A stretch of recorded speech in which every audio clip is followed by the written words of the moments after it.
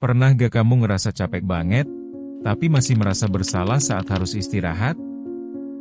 Seringkali kita sudah berusaha semaksimal mungkin, tapi saat waktu untuk RICAS tiba, malah muncul rasa bersalah yang menyesakan.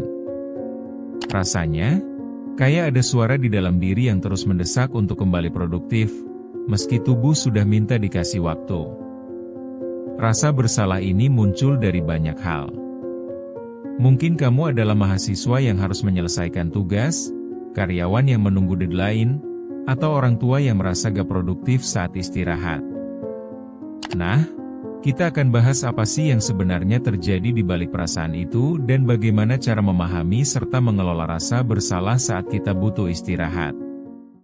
Chapter 1, Penyebab Rasa Bersalah Saat Istirahat. Rasa bersalah saat istirahat seringkali muncul karena berbagai faktor. Di zaman sekarang, banyak dari kita terjepit dalam tuntutan untuk selalu produktif. Misalnya, ketika teman-teman kita semua aktif bekerja, kita merasa gak enak bila memilih untuk istirahat. Ada anggapan kalau kita istirahat, kita berarti sedang membuang waktu. Padahal, tubuh kita butuh istirahat agar tetap bisa berfungsi dengan baik. Mungkin kamu pernah mendengar istilah hostile culture yang mengajarkan bahwa istirahat sama dengan kalah, kan?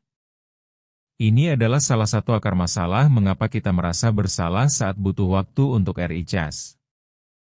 Ada kalanya kita lupa bahwa untuk mencapai tujuan, kita harus memberi waktu kepada tubuh dan pikiran kita untuk memulihkan diri. Padahal, jika kita tidak memberi diri kesempatan untuk berhenti sejenak, produktivitas kita bisa merosot drastis. Istirahat bukan hanya sekedar waktu untuk bersantai, tapi juga waktu untuk menata kembali pikiran kita yang mungkin sudah berantakan akibat tekanan. Chapter 2, Konteks Produktivitas di Tengah Ketekunan.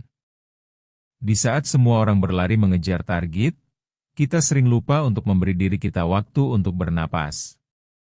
Konsep produktivitas yang diajarkan budaya kita cenderung menempatkan kerja keras sebagai prioritas utama.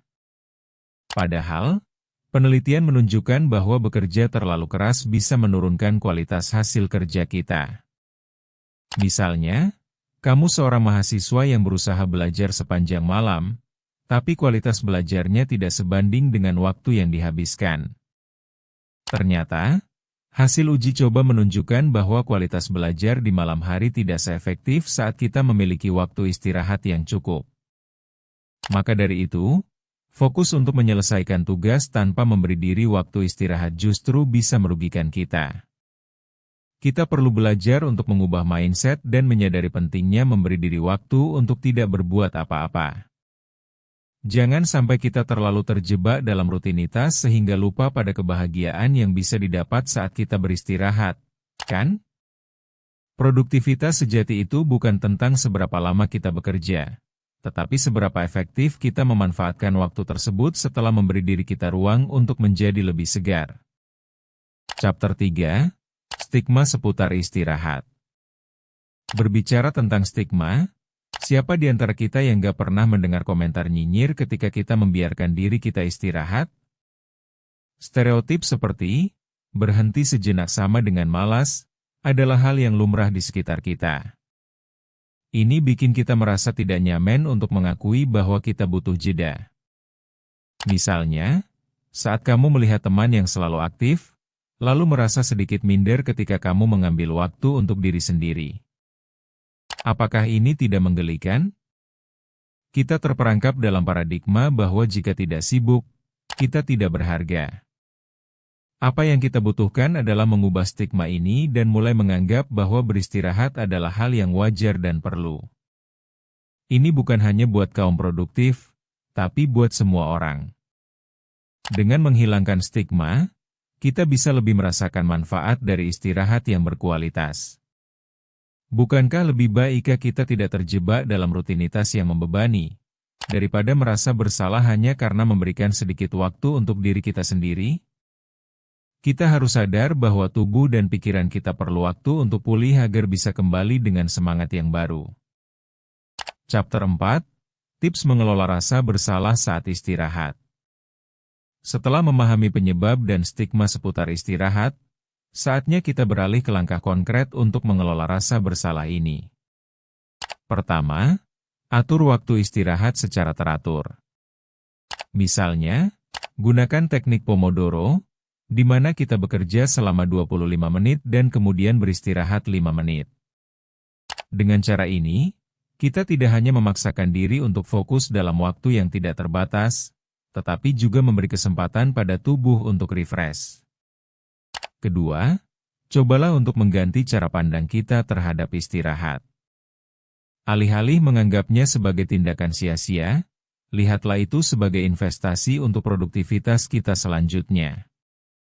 Ketiga, ingatkan diri sendiri bahwa semua orang memerlukan waktu recharge, dan itu adalah bagian dari perjalanan. Dengan tahu bahwa kamu gak sendirian, rasa bersalah perlahan akan memudar. Jika kita terus menerapkan cara ini, lama-kelamaan, kita akan terbiasa melihat istirahat sebagai bagian penting dari proses, bukan sebagai penghalang. Jangan salah, ini bukan sekadar teori belaka. Sudah banyak orang yang berkecimpung di bidang kerja kreativitas yang membuktikan bahwa istirahat berkualitas justru mendorong ide-ide yang lebih brilian. Chapter 5. Mengambil langkah maju setelah istirahat. Setelah kita membahas mengenai pentingnya istirahat, jangan lupa bahwa langkah selanjutnya adalah memanfaatkan waktu setelah kita mengambil jeda. Setelah istirahat, kamu akan merasa lebih fokus dan produktif. Pikirkan tentang tujuan yang ingin dicapai, dan buatlah rencana aksi. Misalnya, catat hal-hal yang ingin diselesaikan sehari setelah kamu ambil waktu untuk recharge. Dengan begitu, kamu akan masuk ke dalam arena produktivitas dengan pikiran yang segar dan tenang. Jangan ragu untuk terus menerapkan teknik yang telah dibahas sebelumnya. Istirahat bukan lagi menjadi momok, tapi justru alat yang meningkatkan kinerja kita. Lihat saja, banyak orang yang sukses menyadari pentingnya menjaga keseimbangan antara kerja dan istirahat, dan hasilnya pun berbicara. Berani mencoba pendekatan baru dalam rutinitasmu? Karena tidak ada salahnya memberi diri kesempatan untuk lebih baik.